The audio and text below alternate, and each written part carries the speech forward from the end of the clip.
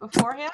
Well, the only thing I'd like to announce is we have some follow-up materials that we'd like to send you guys. So if you've gotten emails from me before, then I have your email and I'll take some screenshots. So don't worry about it. But since people log on without their full name or with different names on their Zoom ID, if you haven't gotten emails from me before, if you could put your email in the chat, and it could, you could do privately to me, or you could do it. Just iPhones, but I think Lori, I think I have Lori. You could do it privately to L'Chaim Center, or you could do it publicly, whatever, and I'll match that up with the screenshots when we're done and build a nice little database so we can send you information before Shabbos.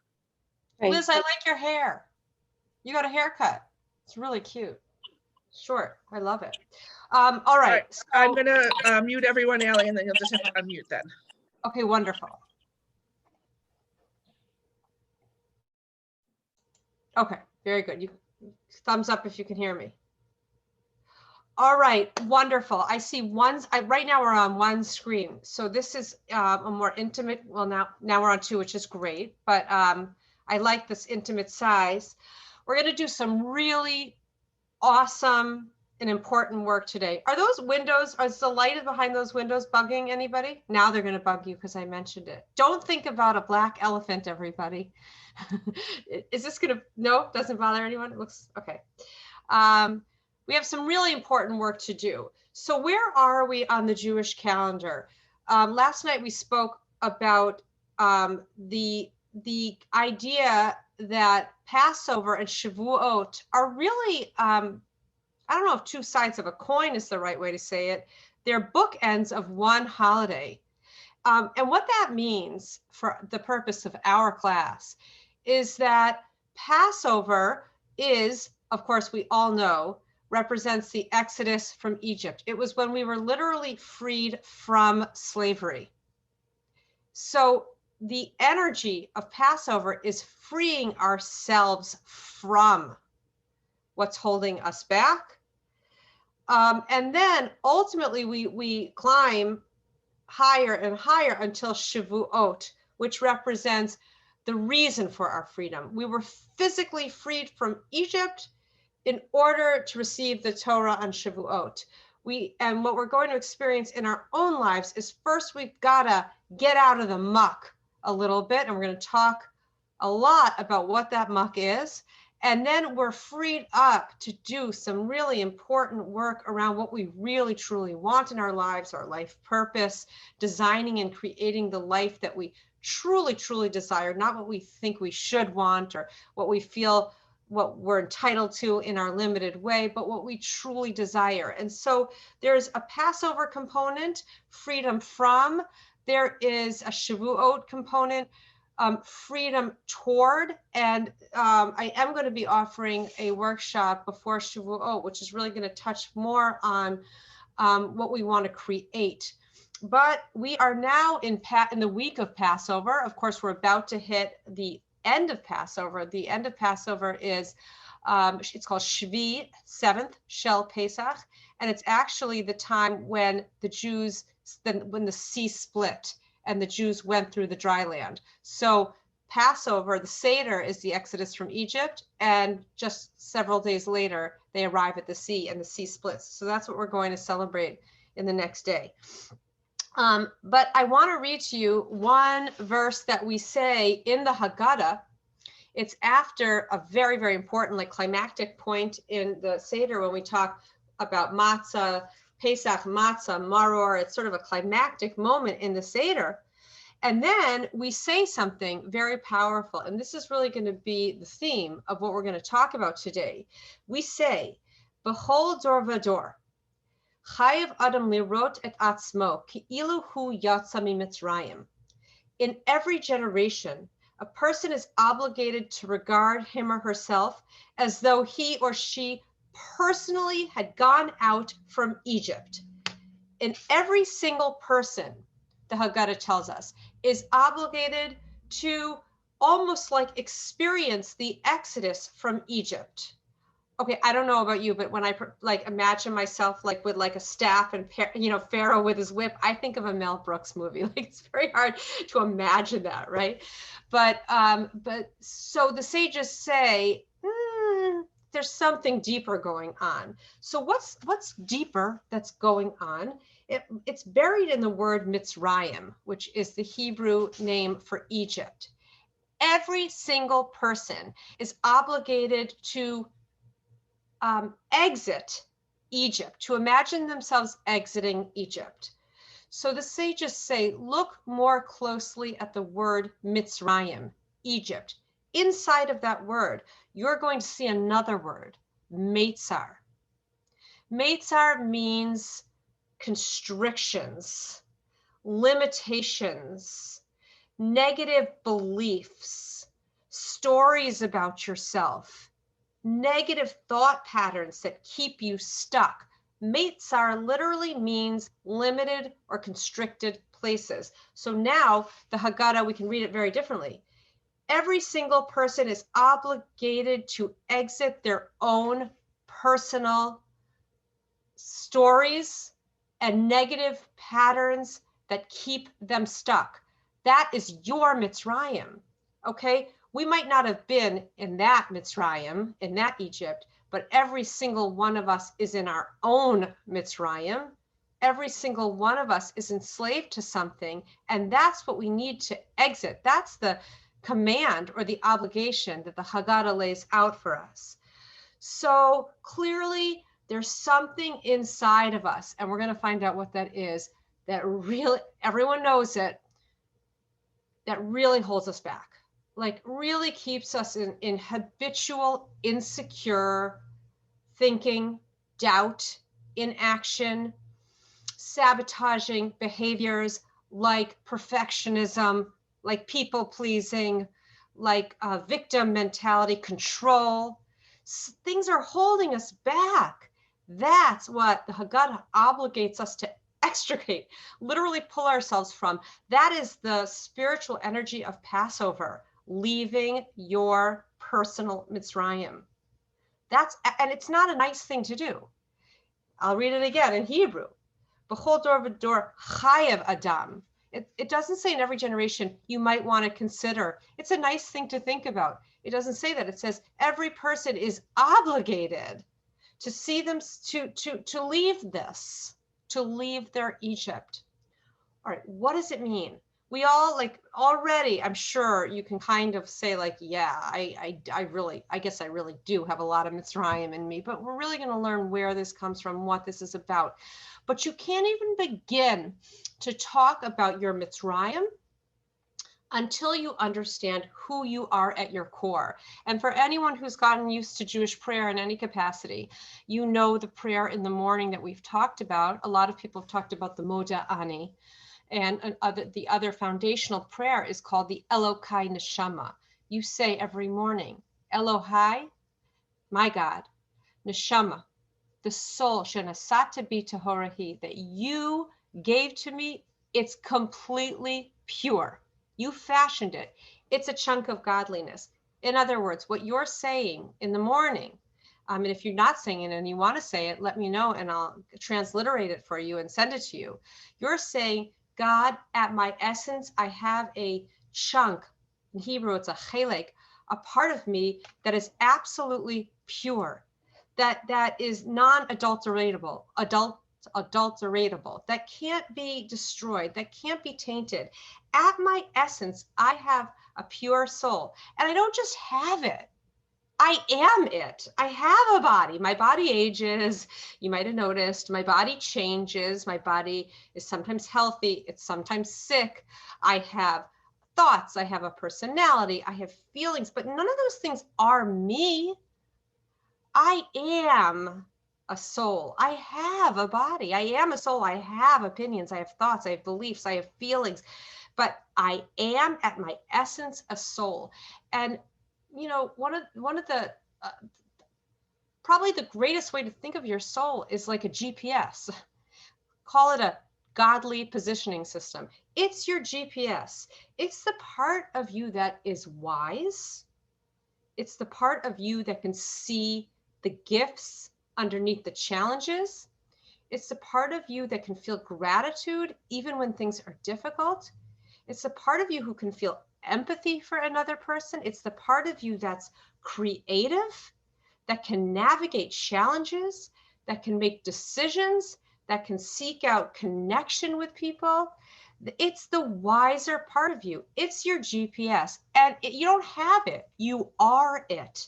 This is so important to understand, because this Jewish belief, which it is Jewish, but it's also every faith and even every self-help book, everything is predicated that a person has at their core a incredibly pure, totally wise, godly positioning system. And you got to know it and trust it in order, because so much of the work that we're going to do is based on returning to it. If you don't know you are it and you don't return to it, you're like a pilot flying without a destination point. You might enjoy the ride, you might not, but you have no idea where you're going, right? A plane metaphor is such a powerful one, because you know how a plane flies? A plane knows its destination. It has its destination in its GPS. What that means is that a plane naturally veers like this. So if it didn't know where it was ultimately going, it would wind up going in all sorts of far-flung directions. Ultimately, it gets to its destination. Do you ever notice that when you want to go to Newark, I don't know why you would, but if you want to go to Newark, you do not wind up in, Rockville, Maryland, because doesn't mean that the plane doesn't veer, but the plane ultimately knows where it wants to go. So too the human. The human has to know that I have a destination point that I can return to at any time. It is my soul. Now, some people in different faiths and different systems and in more secular approaches call it all sorts of other names, love and all sorts of things. But ultimately, we're talking about the neshama, the human soul. Okay, that's fabulous. The soul's amazing. The soul is bequeathed into a body. A body is brought into this world in the form of a baby, and a baby is the most amazing thing. I have my first grandchild, and it is the most incredible thing to see, because one thing you notice about this baby, she's 14 months now, is there's no negative voice in her head. There's no negative narrator saying to her like loser when she falls, or you don't deserve to walk, or you know what, you're not smart enough like the other babies, right? There's no negative voice in her head. So we have a wonderful video of Alana learning to walk. What does she do? She gets up, falls, gets up, falls, gets up, falls 9, 10 times. And when she's tired and done, guess what she does? She claps for herself, right? Can you imagine? You get up, you get rejected. You try again, you get rejected. You try again, you get rejected. You try again, you get rejected. And when you're done, you say, I'm amazing, right? So why do babies learn so much? Every day, Alana speaks more, does more. It's unbelievable. Why does she learn so much? I mean, there's a neurological reason, but it's also because there's no negative voice holding her back. Enough, stop trying, you'll never get it. There's no negative narrator in her head. She's free to grow and learn unfettered by ego. So we are a soul, but guess what? We've got a terrorist in between our ears. In Judaism, we call it the Yetzer Hara, which most of you know because you've been learning a long time. Most of you are learners at this point, you know the term. You've got a Yetzer Hara. Some thinkers call it the gremlin. Some thinkers call it the saboteur. Some call it the terrorist. Psychologists call it the ego. Whatever you want to call it, there is a vile villain lurking between your ears. Even though you are at your essence, wisdom, perspective, gratitude, opportunity, confidence, even though that is what you are at your core, You have a villain lurking in your brain. We could call it anything. We can call it we'll call it lots of different things for the purpose of this class, the ego or the saboteur, and that's why, you know, many of you might have done self-help throughout the years, or you've tried something and, you know, you just kind of like it works for a while, right? It works for a while and then you're like back to your regular self, right? Why is that? Why is that true? That, you know, whatever you try, a happiness seminar, a self-improvement seminar, a weight loss seminar, a corporate, you know, a corporate morale boosting seminar, most people go back to their baseline. They change back. Why? Because unless you understand the mechanics of you, then you, once the inspiration wears down, I say this all the time to myself and the women on the momentum trip, no matter how inspired you are at that moment, you'll fall back to your baseline naturally. Why? Because you don't know about this vile villain in your head. Maybe you're aware that you have a negative narrator in your head. Maybe you're aware that you've got this negative voice that's always interpreting your reality for the negative. Maybe you're aware that there's some sort of sabotaging mechanism inside of you that's constantly analyzing your relationships, finding fault with yourself, finding fault with other people, looking at situations as bad. Maybe you realize there's some sort of voice that's at the core of some anxiety or depression or regret or guilt or shame or something, but you can't name it, you can't know it. So the most important thing is define your terms. Define your terms. Rav Noach Weinberg, who founded Aish HaTorah, was obsessed with defining your terms. You can't fight something you don't know. The person, the human being doesn't have, is a soul, but she also has a terrorist in her brain. Everyone's got one. Some terrorists yell louder than others. So some of you have louder terrorists than others, but everybody's got a Yetzer Hara. We're going to find out why it's so important to have a Yetzer Hara. But right now, what's important to know is that you have an obligation, the Haggadah tells us, to leave your Egypt. How do you leave your Egypt? Number one, know who you really are. You are a soul that's bequeathed a divine mission in this world. We're going to talk about that more in the next chapter. You are incredible. You are not broken. Nothing about you needs fixing. You are perfect. You don't really need to learn anything. What you need to do is unlearn. And that's what we're going to learn now. What you have to unlearn. All the patterns that you develop over time that keep you stuck in negative places. Where do they come from? We've all got internal enemies.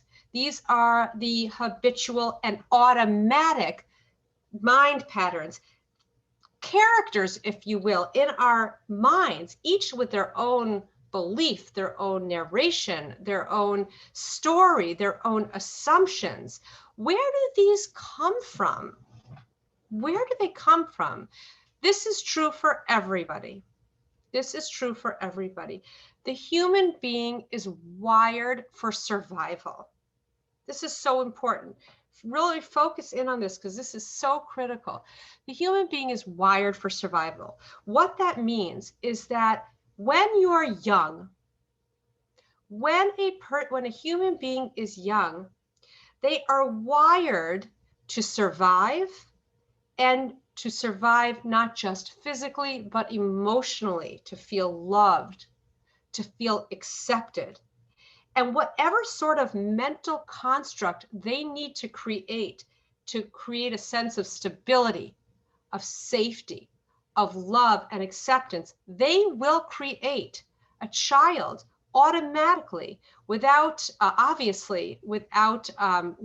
developed mind, creates some sort of behaviors that crystallize into patterns that ultimately form identity, all designed to keep you safe, life predictable, and a sense of being loved in childhood. Now, these are call them limiting beliefs, call them negative thinking patterns, call them whatever you want to call them. This is what we develop in childhood in order to survive childhood. It's not just physical, it's psychological. We develop stories that allow us to make sense of our early life and to keep our world predictable. Here's the problem. They did serve us in childhood. They served some purpose for us in childhood. Somehow they kept us safe in childhood, but we schlepped them into our adult lives. And it doesn't matter if you're 40, 50, 60, 70, 80, 90, you're carrying the same patterns that kept you safe in childhood, and you don't need them anymore. Not only do you not need them, they're hurting you. They're hurting your relationships. They're hurting your capacity for gratitude and happiness.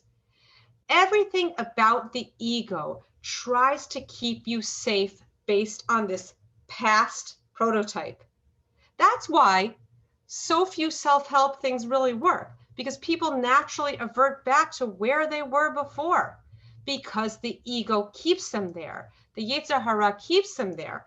That's where they were safe.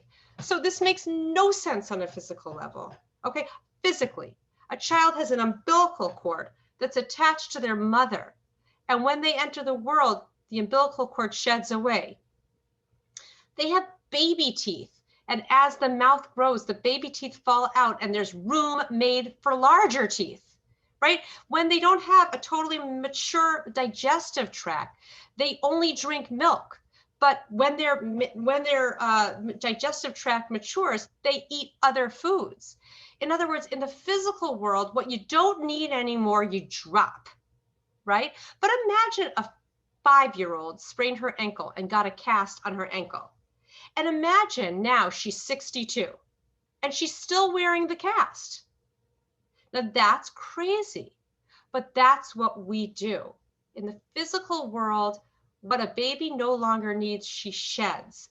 But in the emotional world, what beliefs, what patterns, what habits you might have, I bet you dollars to donuts, don't share what it is because that's private. But I bet you have a really wacky habit or not so great habit that you've had since you were a child. What is that about?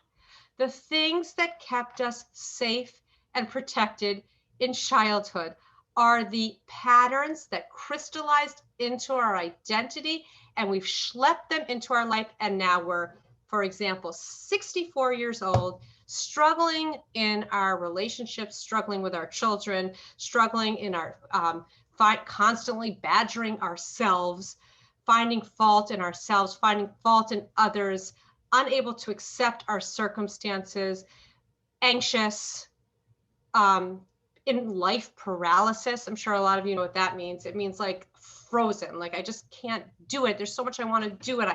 I'm frozen, guilty. So here's the most important point to understand is that you don't need them anymore. Not only do you not need them anymore, they are hurting you. What served you in childhood hurts you in adulthood, and they're not you. They are your negative patterns that are not you. You, Elokai Neshama, you're a soul. You really are unbelievably awesome. Now, you have beliefs that set almost like that crystallize into what you think you are.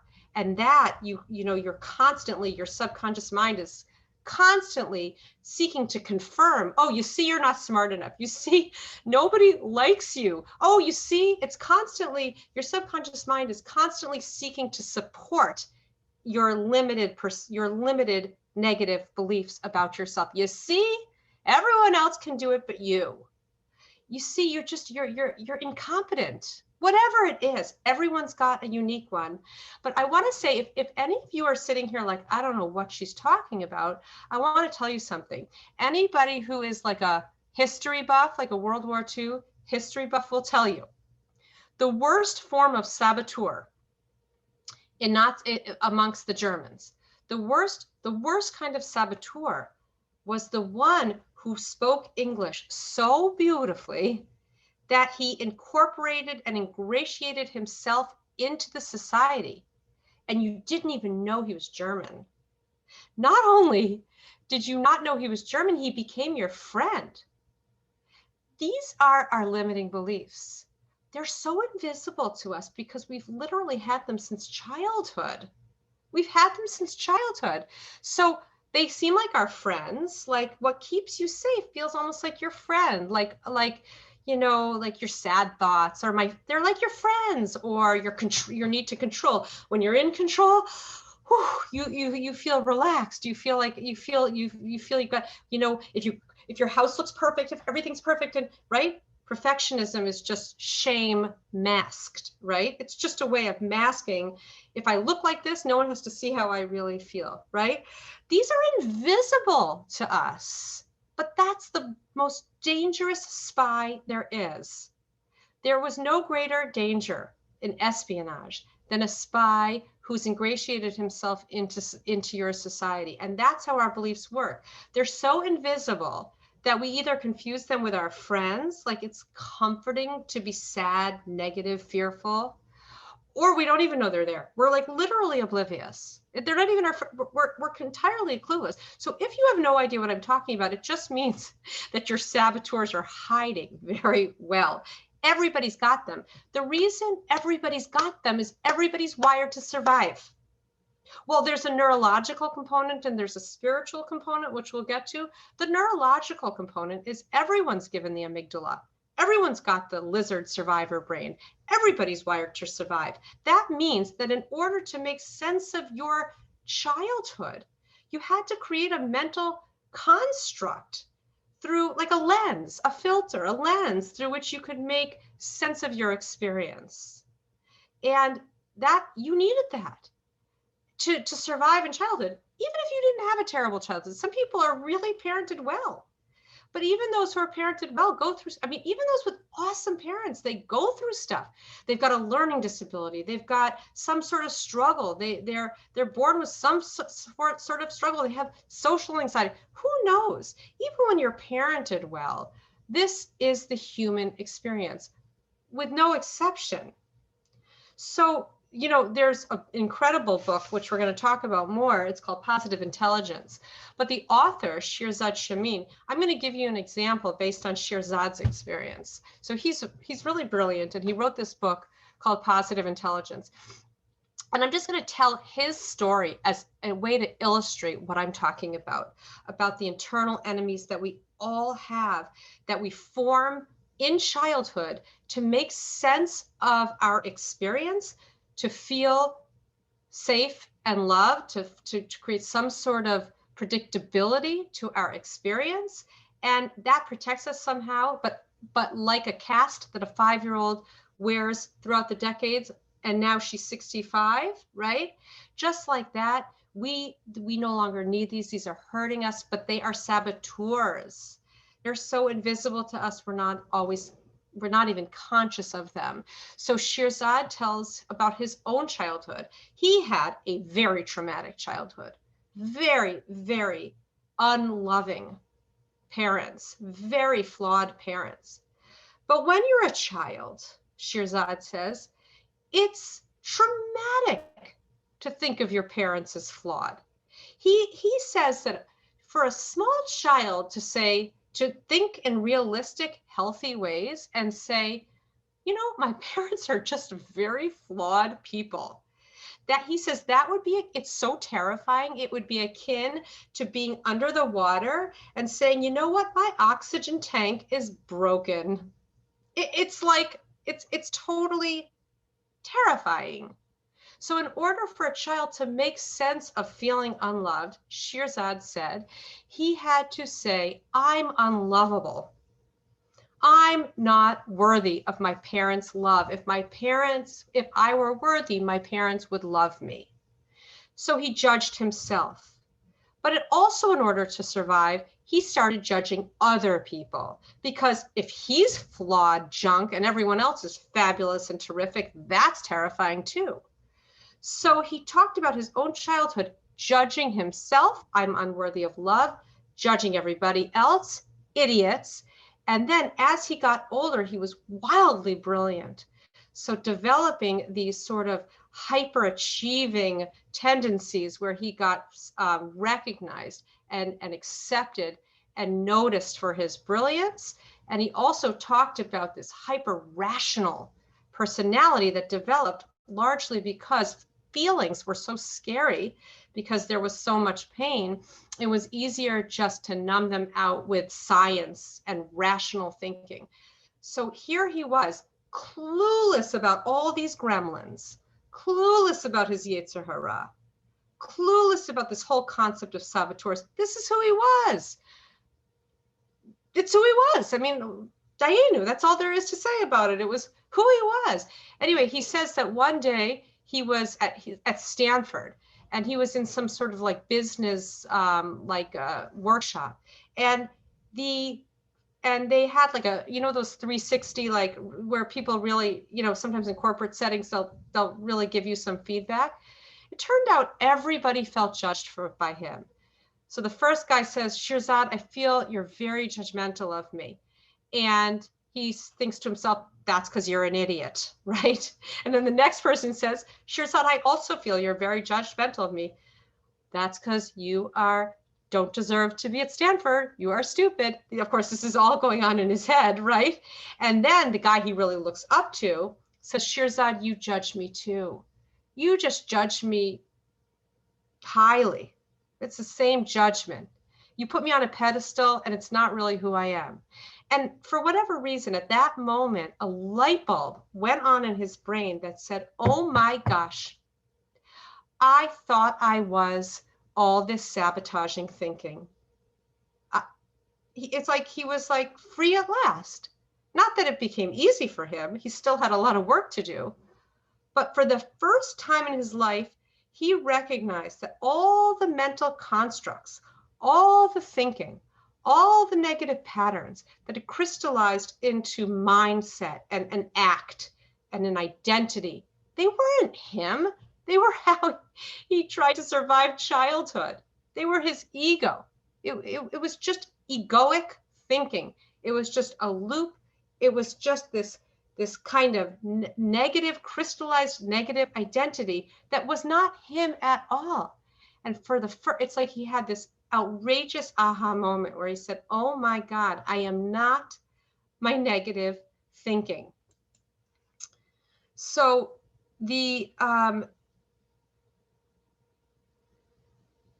in the book that I talked about, and my sister will talk more about this at the end of the class, but he talks about that there are actual saboteurs. So it's not just kind of like this amorphous negative thinking. He says that in all of his studies, in all of his actual studies, he's actually located the main negative voices that wreak havoc in our head. Call them characters, call them patterns. And I'm just going to mention them to you. I mean, we're going to do like the Evelyn Woods version of all the negative saboteurs that exist. It doesn't mean chances are you'll find one of them and you'll say, ooh, I think that's what I did.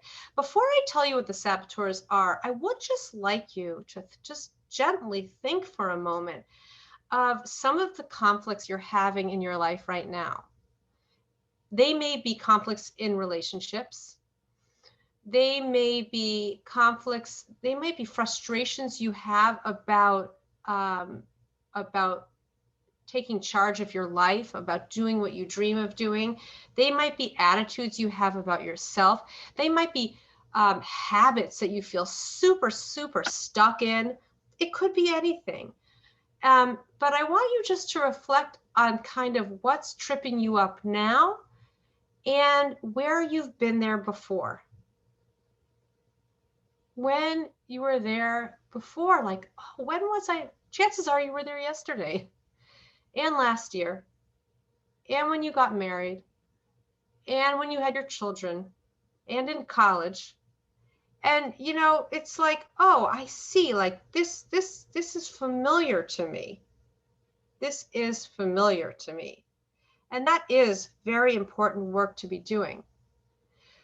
But the But Shirzad Shamin in Positive Intelligence and other great writers like Rick Harson, who wrote Taming Your Gremlin, they name your gremlins.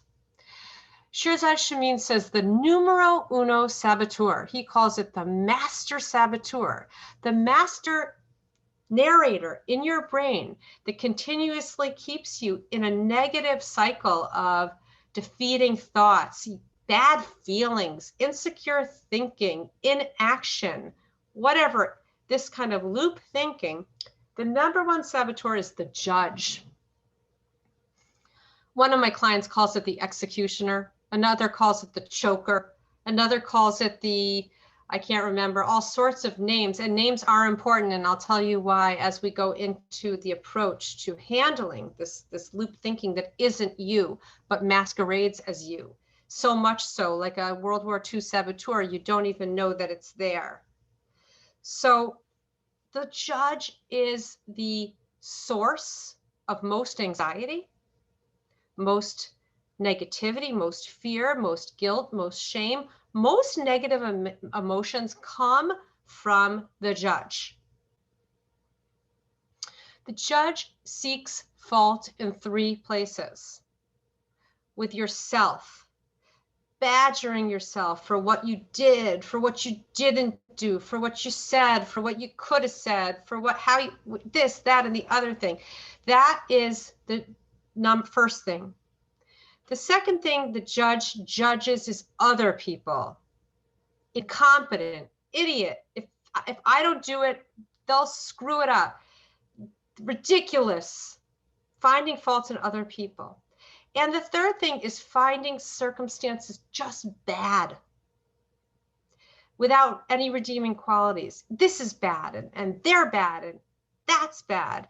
So the judge seeks to find fault in self, others, and circumstances. And according to Shirzad Shamin, that's the master saboteur. And then the master has accomplices, okay? Everyone's got their own accomplice.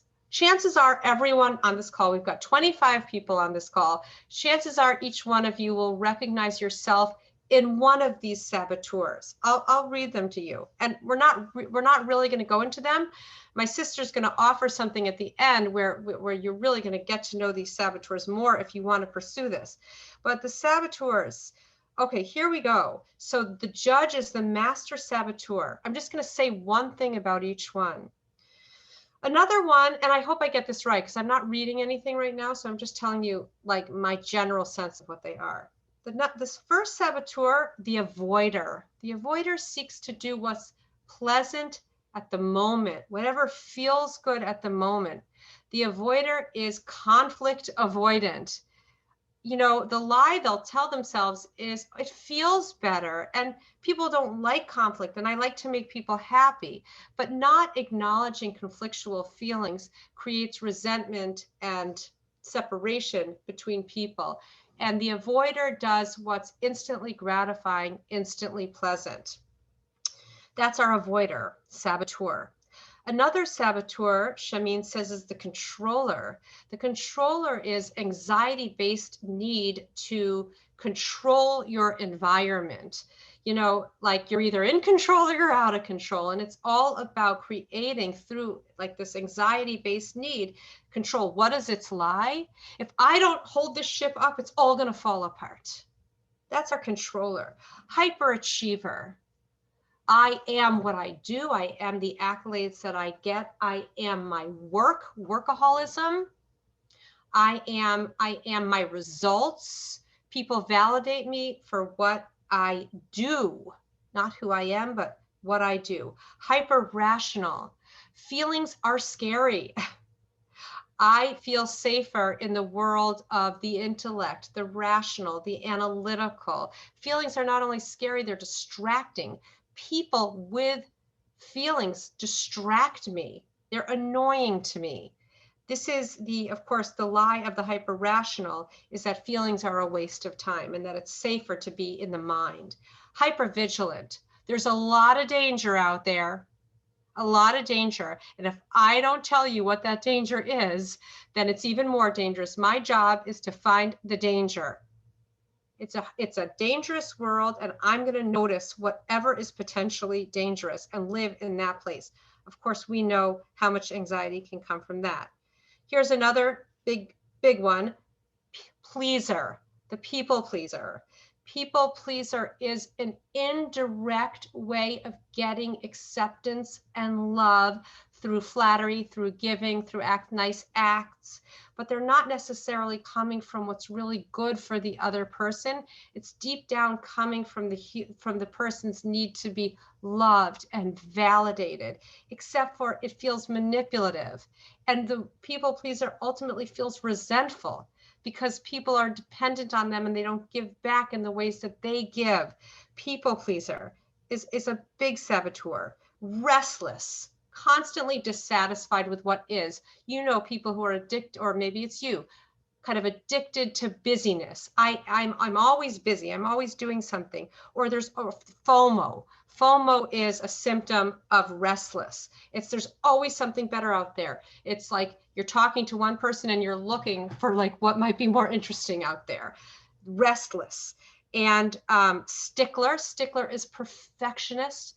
Perfectionism is really at its essence is shame masked by perfect, highly organized, exquisitely perfect behavior and the veneer so as not to see what's really inside. It's a very, very intense need to create an ordered environment. Perfectionism, that's the stickler. And the last one, this is the one that this is mine. This is my saboteur 100%, is the victim. So the victim feels safe in her inner world, largely negative.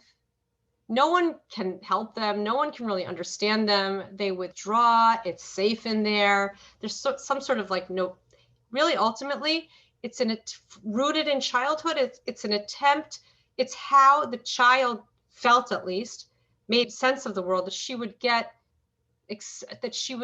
love and acceptance through her sadness. So it is, I can tell you in my own life, that's where I go, and it's comfortable. And I didn't even know it was my gremlin. I didn't even know it was my saboteur. I thought it was just me.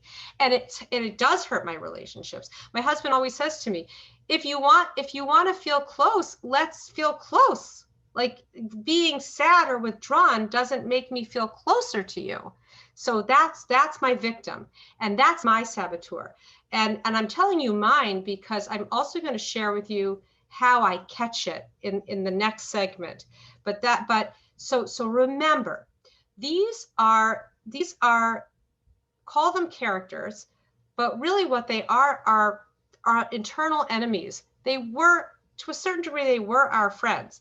I will tell you that when I was a girl, my sister's here, she was 10 and I was 6, our father died. And I know that my mother felt very, very badly. I think my sister and I sometimes think she felt worse for me for interesting reasons. But the sadder I was, the more protected I was. The more I struggled, the more acknowledgement I got. And so I built some sort of protective mechanism that said, when you're sad, you're safe. When you're in your feelings, you'll be someone will rescue you.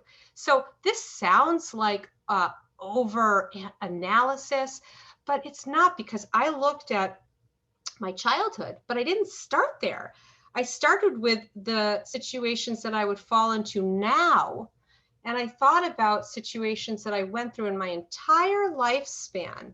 And I kind of got to where I think it all began.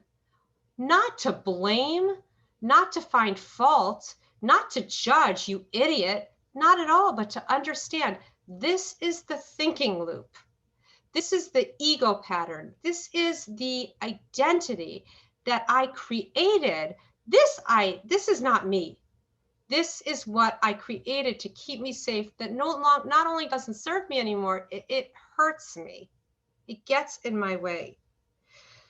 So now you understand what I mean when I say that this work is all about unlearning, not learning. When you think about it, you are a neshama, you're wise, you have perspective, you're creative. What you're doing is unlearning all the murky thinking that blocks your natural confidence and success. That's really what you're doing.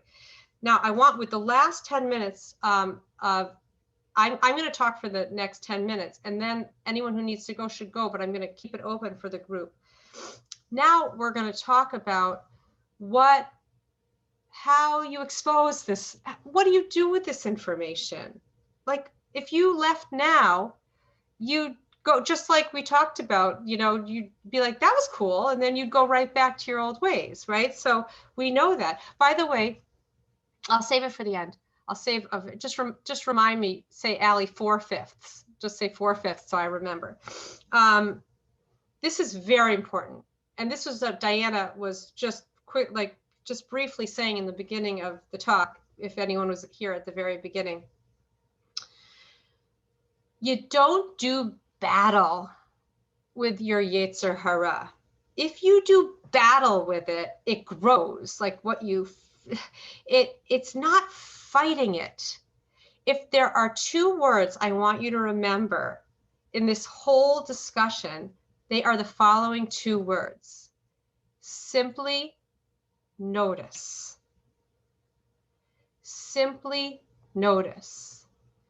When I start to withdraw, pout, and sulk, and go into my world, which I used to think was like the kind of comfort place, now I simply notice my thinking. I'm literally observing, not judging, not judging. Judging gets you right back in.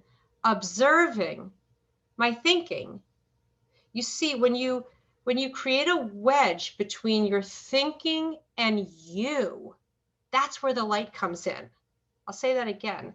When you create a wedge between your negative thinking patterns and you, that's where the light comes in. So simply noticing, there I go again. Now, sometimes it feels so real. It feels like you, and you almost don't want to accept that it's not you, it's your thinking. But after a while, it's like a muscle. You just simply notice, there it is again. And you give it a name, label it. I call it my martyr. There's the martyr again. The one who ruminates about what she said, right? There's the martyr again. It pays to give it a name. There's my stickler. There's my choker. There's my executioner. There it is again. You're noticing. You're simply noticing your thinking. When do you start to notice? When an negative emotion is triggered. When you're in a negative place, just simply notice your thinking. You'll be surprised at how repetitive and similar and patterned your negative thinking is. So maybe the characters are different or the people are different, but in the end, you're going to see a lot of patterns. Simply notice. That's step one.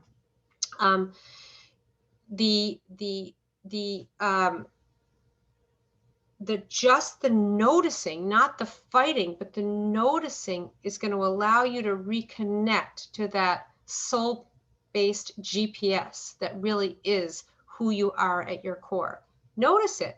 Whoa, there it is again. There's my martyr. Step two is breathe. Now, breathing is really interesting. Every single practice and faith and spiritual anything talks about breathing.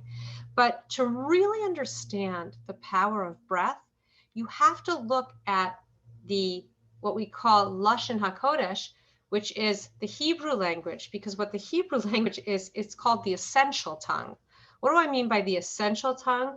That every other language is an artificial construct. It's created in culture through time. But Hebrew is God, is God's language. And every word, every part of a word, every letter represents something in its essence. So the word for breath is neshima. The word for soul is neshama. It's the exact same word with a vowelization difference. What does this mean? We're perpetually enslaved to patterned thinking that kept us safe in childhood, is now like a cast that we're wearing since we were 5 years old that's really holding us back so much we don't even know that it's there, but it's really, really holding us back. And we're constantly on that loop.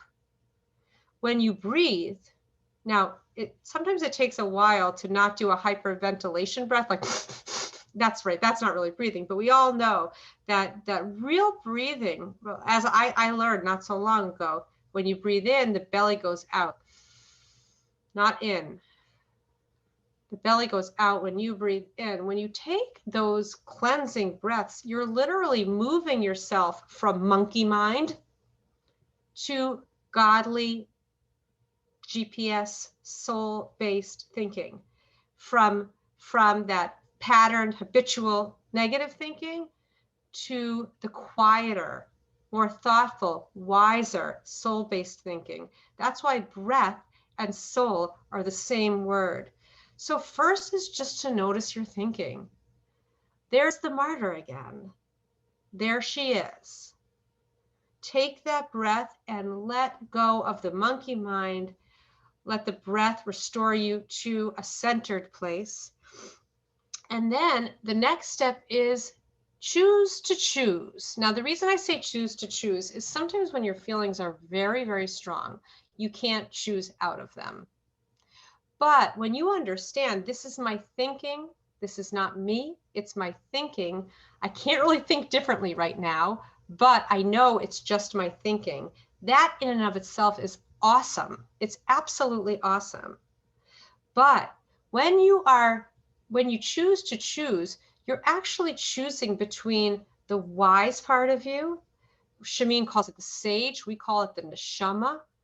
Rick Carson calls it the natural you, and your gremlin and your saboteur and your patterned loop thinking that's keeping you mired and stuck and frustrated.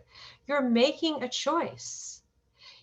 For example, like, even though this resentment, this story about this person feels so addictive and delicious, and I feel right and I feel vindicated and I feel I'm right and she's wrong, and it's fueling me and my heart's racing and I'm like on adrenaline through it, even though I know it feels good, I know it's just giving me, it's my judge. There's the judge again. There's the judge again, telling me my sister-in-law is this, that, or the other thing, right? And making me feel right and righteous for it, right? So when the more you learn to say, whoa, there's my judge again, that judge is so brilliant. That's also a very important point to keep in mind. Your Yetzer Hara is brilliant. Do you know something? It's even smarter than you. You know why? Because if it weren't, you'd never fall for it. Like, I'm kosher. In a million years, I would never eat a cheeseburger. My Yetzer Hara doesn't say like, just eat a cheeseburger, Allie, because that's so unsophisticated. I'm not saying about anybody else. I would never eat a cheeseburger. My Yetzer Hara doesn't talk to me that way. It's way more sophisticated. It's, there's a word called bespoke. You know what bespoke means? It's like when a suit is tailored to perfection for your body. I think I was talking about this with a couple of friends here. A bespoke suit is a suit that fits you, is tailored to you to a T, right? Your Yetzer Hara is bespoke. It's tailored to you so that you're in conflict. It's uniquely yours. Simply notice. Give it a name. There's my judge again. Breathe. Choose to choose. And the second to last one is to visualize letting go. Now, some stories feel like you. They're so real. You feel them so much. You think you're right. You think it's true. You think it right, true with a capital T, right? What does it mean to visualize letting go? I want to give you 3 visualizations. I'm going to give them fairly quickly, but you can choose which one you like the most. And it's very helpful. Okay, just remember this: monkey, horse, rock. Monkey, horse, rock. Okay, here's the monkey, okay? There were captors that created a prison around a jungle. And in the jungle, they pushed barrels with bananas in them. And they had a little slit for the monkeys to get the bananas. One monkey grabs the bananas because there was just enough room for the hand to go in, grabs the bananas, grabs them, but can't pull them out, and grabs them and keeps grabbing them. Finally, the captors open the prison gates and release the monkeys, but that monkey stays there, grasping the bananas. In order to free himself, all he needs to do is let go of the bananas and pull his hand out, and he's free. Visualization number 1, drop the bananas. Okay, drop the bananas is visualization number 1. Visualization number 2 is our friend, the horse. Once upon a time, there was a horse who was tied to a stake, and for a long time couldn't break through. Then that stake was changed to a little plastic stick, and the horse stayed put. Now, he's a horse. All he would need to do is push up, and the stick would bop up, and the horse would be free. But the horse stays put. Banana, drop the bananas. Go free, horse goes free. Rock. The rock is something Deborah, I think we did this at Deborah Coven's house. I remember learning this at Deborah's house years and years ago. But the rock is the idea that when a person squeezes, remember this? Person squeezes a sharp, jagged rock, and it hurts so much. That's right. And all they need to do to stop feeling the pain is to let go of the rock. When we squeeze the rock, we think it's her fault, it's his fault, it's because of what he said, it's because of what she did, it's because I lost my job, it's because I have learning disabilities, it's because of it, right? But really, ultimately, we're the one doing the squeezing. We're the one doing the squeezing. We're hurting ourselves by being mired in this thinking. So we can let go of the rock. These are 3 powerful monkey, horse, rock to visualize letting go. And the last step is really just stick with this, guys, because your Yetzer Hara will exist with you until you die. You will always have your Yetzer Hara. It has to be that way because God doesn't want angels. He didn't create us angels. He created us a soul with a powerful terrorist running between our ears. Why? Is he vindictive? God forbid. God forbid God's vindictive. The Yetzer Hara ultimately, and we learn this buried in the text in the creation story, is very, very good.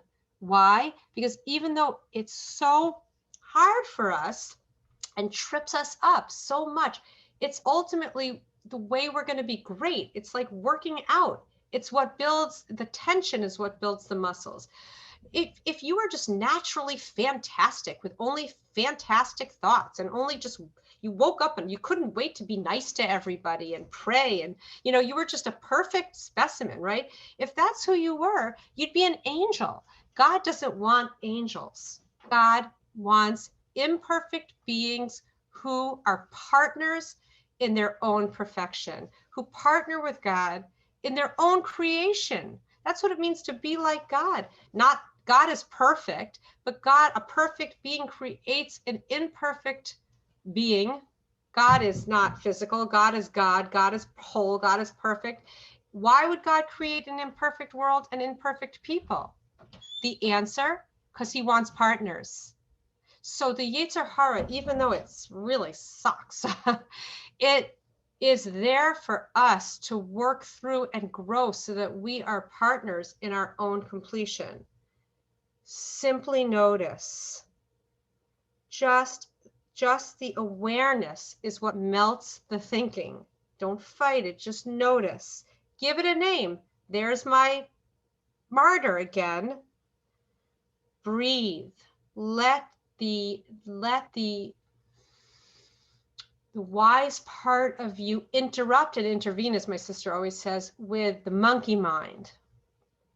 Choose to choose. Sometimes you can't get out. Sometimes you'll choose a wiser approach or a wiser perspective. But just knowing that you're choosing between your negative thinking and you is already awesome enough in and of itself. Visualize letting it go. Monkey, banana, horse, rock, and stay in the process. Stay in the game. Ezahuki Bor HaKoveshes Yitzro. Who is the mighty one, the one who's constantly in Pirkei Avos, in Ethics of Our Fathers, it uses the present tense. It doesn't say who vanquished his negative inclination. It says who's constantly vanquishing, who's constantly doing this work, who's constantly in it in the present tense. Okay, 4/5, and then I'm going to stop and open it. Anyone who needs to leave will leave. Anyone who wants to, oh, and we want to talk about what we're offering. So that's very important. Before we take any comments, we're going to talk about what we're offering. But it's there's an unbelievable Rashi in the Exodus story that comments on a word chamushim, which means armed, that the Bnei Yisrael went up armed. But he says, don't read armed, chamushim, read chamishim, fifths. And he says, get this, 1/5 of the Jews left Mitzrayim. I bet you didn't know that, unless you knew it, right? 4/5 of the Jews stayed in Egypt. And like the bad joke that I gave last night, I'll give it again. This was not Boca Raton. They were not like sipping martinis by the pool in Boca. This was Egypt, guys. This is really, really bad place. 4/5 of them chose to stay. And the reason I'm ending this class with this now, only one. So when we celebrate Passover, we celebrate the Exodus from Egypt and the splitting of the sea, it was for 20%. 80% stayed. Now, the reason I'm bringing this up is because my blessing for myself and all of you, we can't judge the 80%, but we want to be the 20%. Now, this number is really unbelievable, because what does this mean? It means that, first of all, the human being would rather stay in behaviors and patterns that make them miserable, but they know what they are. They're used to them. They're their friends, right? They'd rather stay miserable, but know what they've got, the devil that they know. They would rather do that than experience the anxiety of change toward what they don't know. And you're like that too, right? There's so many times where you stay in a miserable habit or miserable thinking that you know is keeping you stuck. You'd actually, there's a part of you that, me too, that would rather stay there than venture out into the unknown. So I think that was really at play with this 1/5 business. But the other reason that Shamin says that actually he uses, so this is written in 2020, and this was 3,300 years ago, right? 1/5, and Shamin also has a fraction called 1/5. He says that 20% of people, 1/5 of people who learn powerful life principles, maintain them throughout their lives. My sister and I were talking, we're sure that it's way less than that. But that is the study that he says that only 20% hold on to them. The reason Shamin says why they don't change for good is because they really don't understand that you are a soul with very, very powerful sabotage. You are a soul with tremendous sabotage simultaneously. Now, Jewishly, we know that sabotage exists in order to make you great. It really ultimately is very, very good, as it says in the creation story. It's very, very good because it exists to make you great. But if you don't know what it is, if you don't simply notice it, if you don't breathe and let choice in, then it will run amok and ruin your life. And that's why 4/5 stayed in Egypt. They didn't stay in Boca. They stayed in Egypt. That's unbelievable. And I truly believe that that's why. So we have this one life. We have a next life too. That's called the world to come. But this life is unique, and we want to be a 1/5er. We really want to be a 1/5er, and we can. The more we understand that at our essence we are souls, and that we have sabotaging thinking that we developed early on that kept us safe, that no longer helps us anymore. It's actually hurting us. It's so darn invisible. We don't even know it's there. We're actually comfortable in it, but it's really not us. The more space we make between our natural selves and our negative thinking, the more our light is going to shine through. And that's how we leave our Egypt. Okay, before we take any comments, anyone who has to go should go. But before you go, Julie, just show the slide of what we're offering here. Okay, number one is, like I said earlier, freedom from Egypt is Passover. Freedom for a purpose is Shavuot. So our next workshop like this is going to be before Shavuot, which is really kind of getting in touch with what your unique personal life purpose is. And that's going to be just a free workshop that's going to be offered before Shavuot. I'm going to go to number 3, and then my sister's going to talk about number 2. Number 3 is one-on-one life coaching with either myself or Sarah. We are enormous fans of coaching. We are passionate about it. We both ourselves have coaches. We believe so much in the power of coaching to move from what holds us back to who we truly, truly want to be, the life that we truly want to create. And we have moved, by the way, from only midlife coaching, and now we're coaching everybody with all of the kind of work that we've learned today, and creating a life on purpose, designing the life that you truly want, letting go of what holds you back. So one-on-one life coaching is super powerful. Generally, I'm just going to throw in the financials so that you understand what it is. It's generally $100 a session, but we're going to do a session, a package of 6 for $540. I think Sarah and I both feel you need to sign up for 6. Otherwise, the change isn't substantial enough. It's really, for something really meaningful to kick in, you've got to give it some time. So we're both enormously passionate about one-on-one coaching and encourage you to coach with either of us. Many of you know that I'm moving to Israel, but totally intend to keep clients and friends and relationships and students while I'm there. So we are very, very much totally passionate about one-on-one coaching. And then I want to open up to my sister, who's going to explain a group coaching experience, which is really awesome, that is based a lot on this class. So Sarah, maybe we'll take off the screen so everyone can see Sarah. Jewel? Hi, everybody. So I had the opportunity to go through the program that Ali was talking about today with Shirzad Chamine. And one of the most powerful aspects of going through the program is that we did it in groups. There were probably 1,000 people signed up for the program, but we did it in pods of 4 to 6 people. And the power of doing that in a group allowed for just a growth that got you outside of yourself and got you working with others. And so that is really the power of group coaching.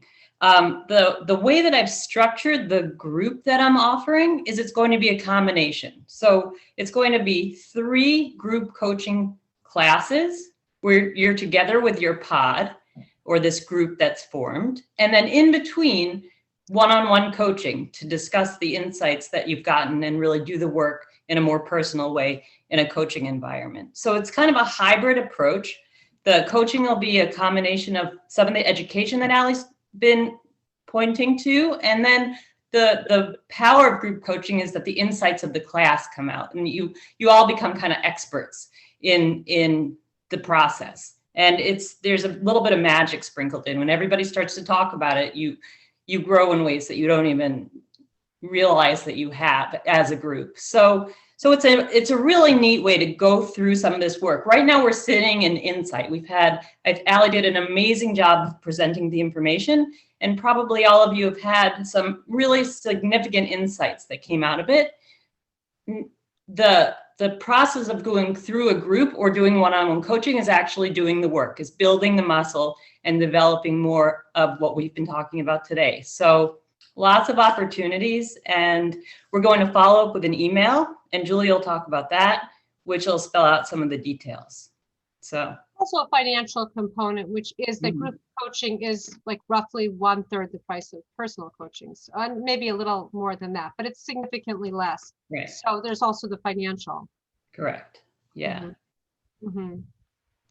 Okay, I want to open it up to any insights. If anyone needs to leave, absolutely, they should leave. And thank you so much for coming. If anybody has thoughts or insights, both Sarah and I are here and not going anywhere, and would love to hear from any of you. Allie, I have a question. This is Natalie. Thank you for this, by the way. I'm having trouble with the childhood part. Like I can't understand it quite well. Like where you say we developed some of these habits in childhood and it was a good thing back then. And now it's sort of, we've carried it through to adulthood and it might not be good anymore. I for some reason, I'm not grasping it. Can you kind of give an example? Sarah, So like, why don't- I think about some of the, the Sorry, judge, the avoider, the controller. I can't think about those being positive in childhood. So I'm having trouble connecting. I think I understand. Sarah, you explain it so that maybe the way you explain it will resonate with So Natalie. maybe I can give a personal example. So Allie kind of shared her own story a little bit, and there's in every family, and Shirzad talks about this as well. Like in his family, there were 4 brothers and they all developed their own saboteur. So Allie talked about hers as victim based on her childhood experience. Mine, as a result, became avoider because I think my expectation was always be the good kid, always be the one that, so for me, being the good kid was a very good and helpful way to get through my early childhood. It got me the recognition I needed. It, kept me safe. The idea that we're talking about are the things that we did as children that kept us safe and protected, but they covered up deeper beliefs about ourselves. So part of the work is identifying the saboteur. And then part of the work is what did that saboteur do to keep you safe? What was underneath that? And that is when I talked about the structure of the one-on-one coaching, I think that would come out more in the one-on-one coaching. What are those beliefs that were underneath that protective coding that you put on top of those beliefs to keep you safe? But the things that we did that kept us safe, whether it was being an achiever in school or being the peacemaker in the family, they had these good quality feelings to it, but they were protecting us from beliefs about ourselves that were harder to look at. Does that? Yeah, that helps. I think I was misinterpreting.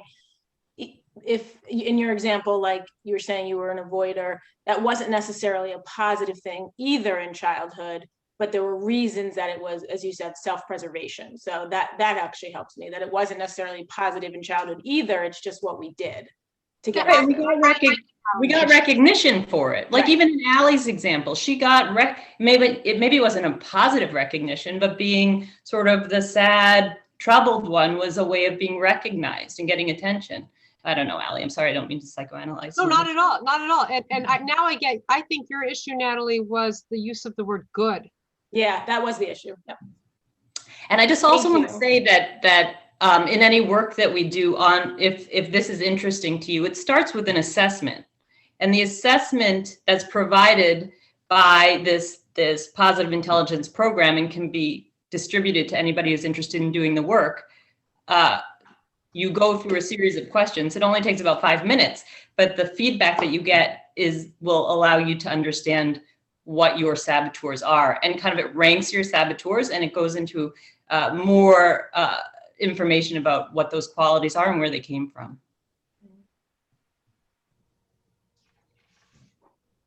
Okay, I think I say this every time, best class ever. But also even better was my son I know. was listening, and then he came over, and at first he's like at the end of the couch and he kept scooting more and more over. And he and I had a good laugh when you're like, we have such a hard time imagining our parents flawed. I'm like, do you have a hard time imagining me flawed? He's like, not at all. Oh, that's wait, hold on, Deborah. That's because he's how old? He's 21. Oh, no. I'm not talking about a 21-year-old. I I'm talking know. about a 3-year-old, a 4-year-old. It spoke to him. I mean, nothing was better than for us two to be listening to this together. And he That's said to me then, he goes, he goes, but I don't blame you for any of the things. It's just things I didn't like. I don't blame you. I'm like, Oh, I saw Right. that he was there, and it's totally awesome. awesome. All right, love you. I do have to go though. Bye-bye. Bye, everybody. Bye, Deborah. Wait, Diane, I see you're talking, but you're muted.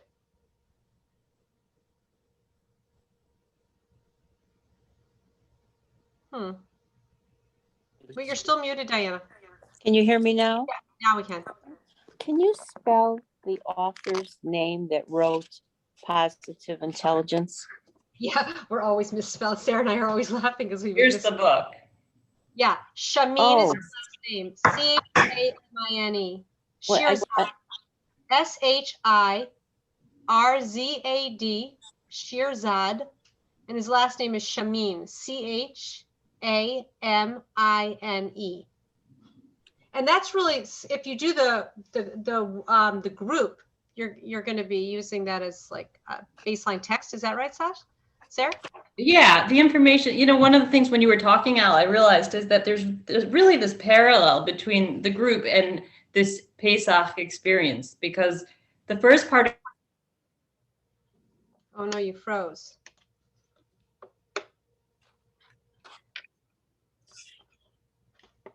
Bye, Allison. All right, Sarah froze until she defrosts. Sounds like the movie. Yeah. Does anybody have anything? I think I froze. Oh, you froze. Now share what you were going to say. I froze. And then, yeah. Did I get to the, anyway, there's 3 parts. One is sort of leaving Egypt. The other part is the desert experience, what we had to unlearn and grow in different ways.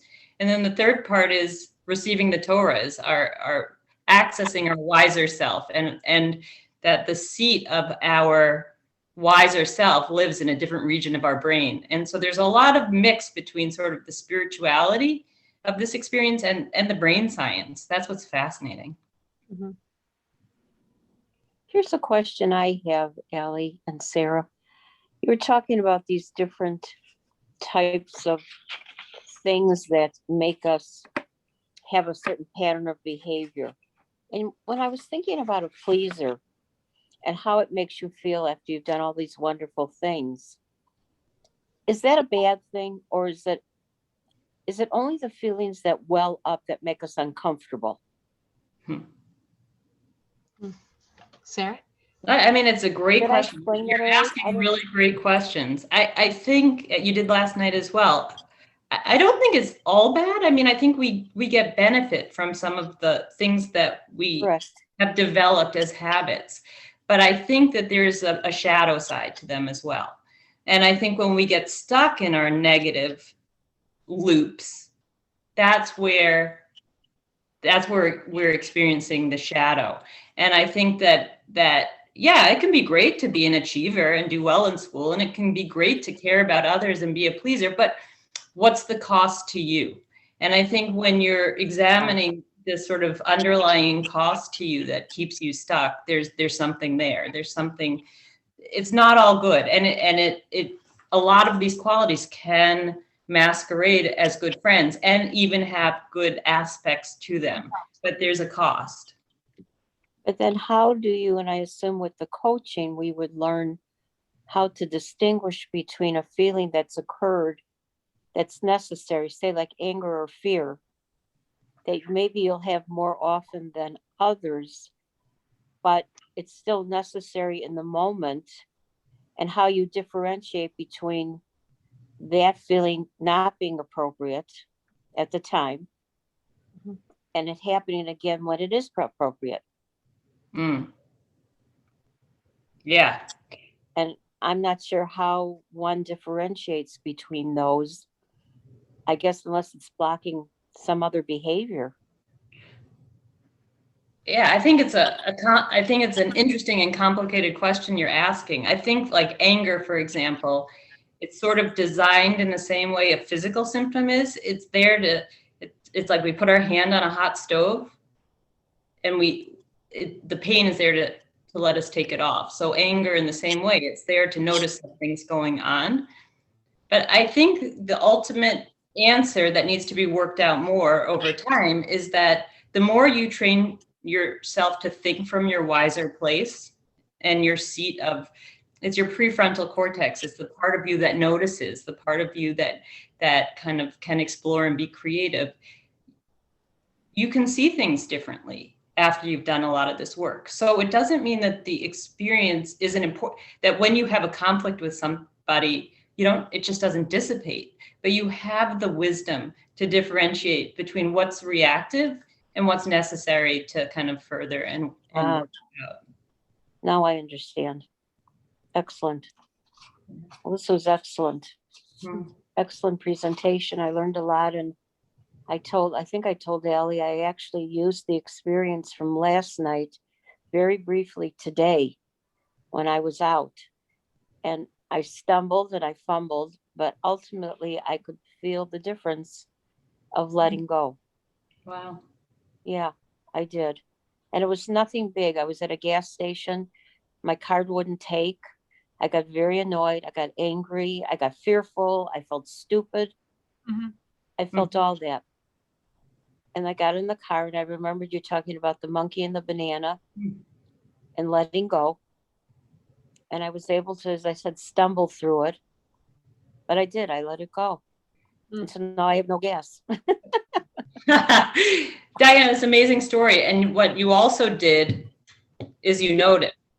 And that's what Allie was talking about.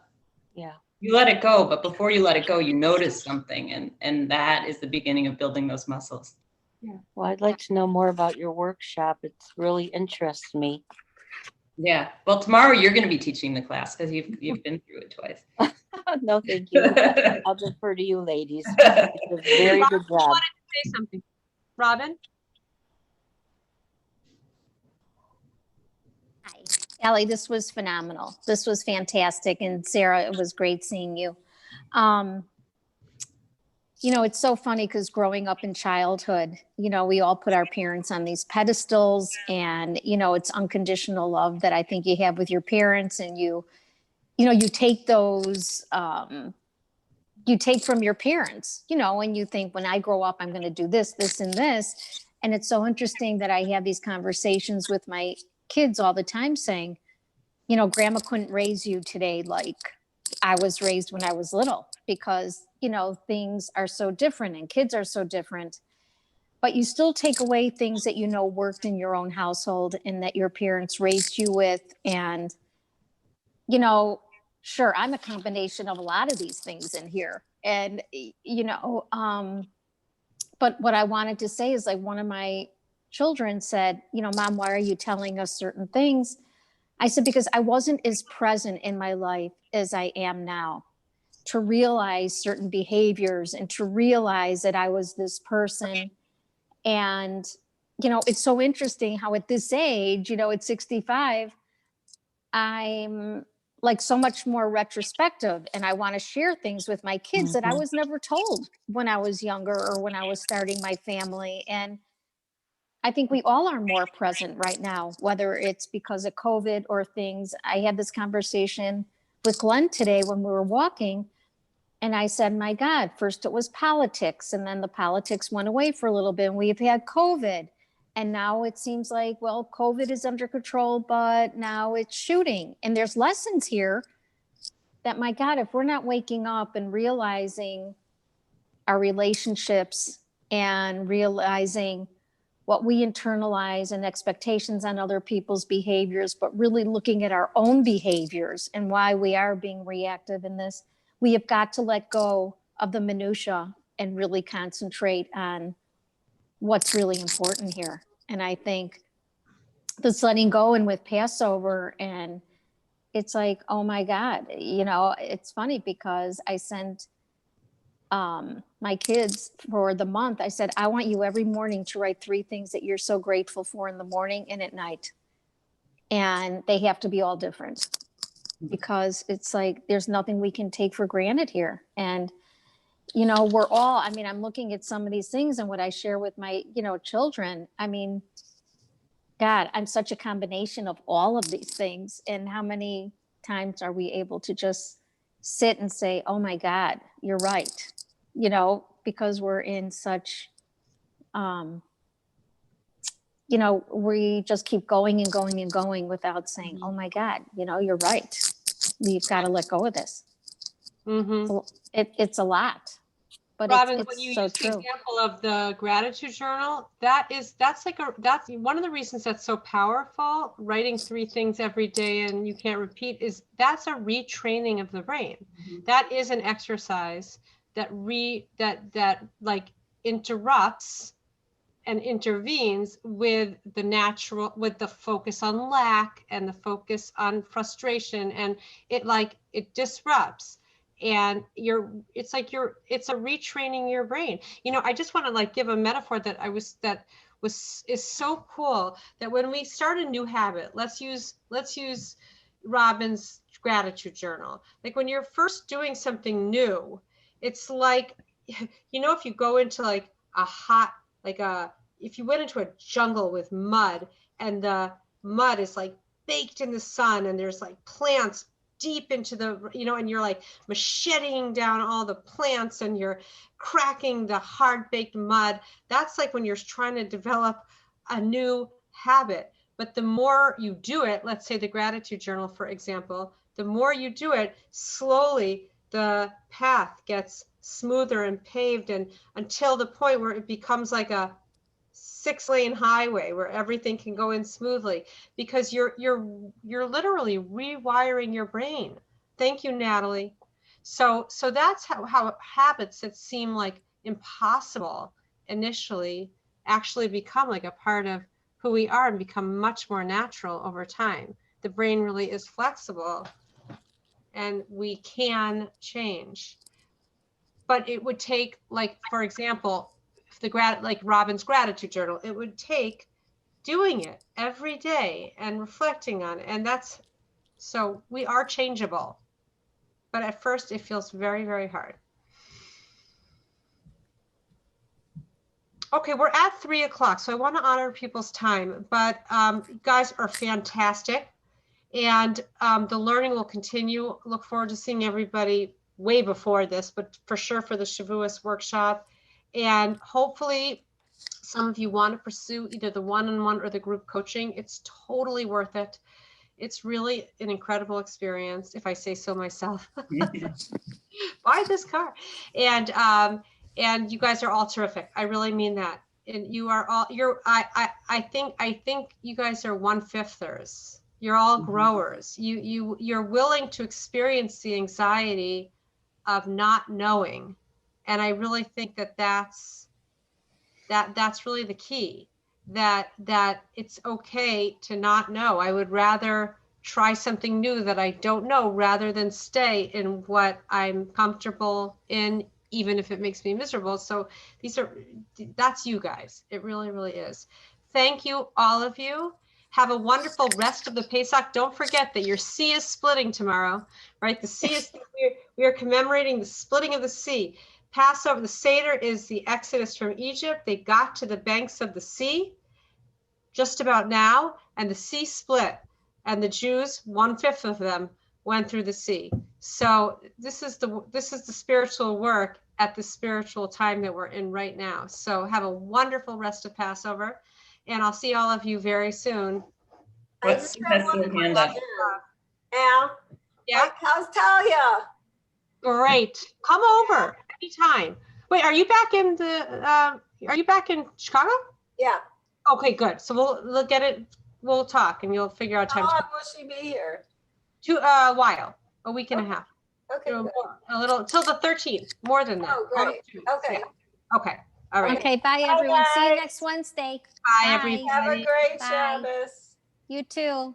Bye. Bye, everyone. So Thank nice you. to see and talk to everyone.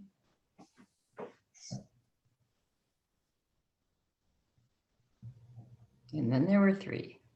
Do you want to leave it and go back on, Jewel? Let's do that. Yeah, let's do that, because some people might have walked away.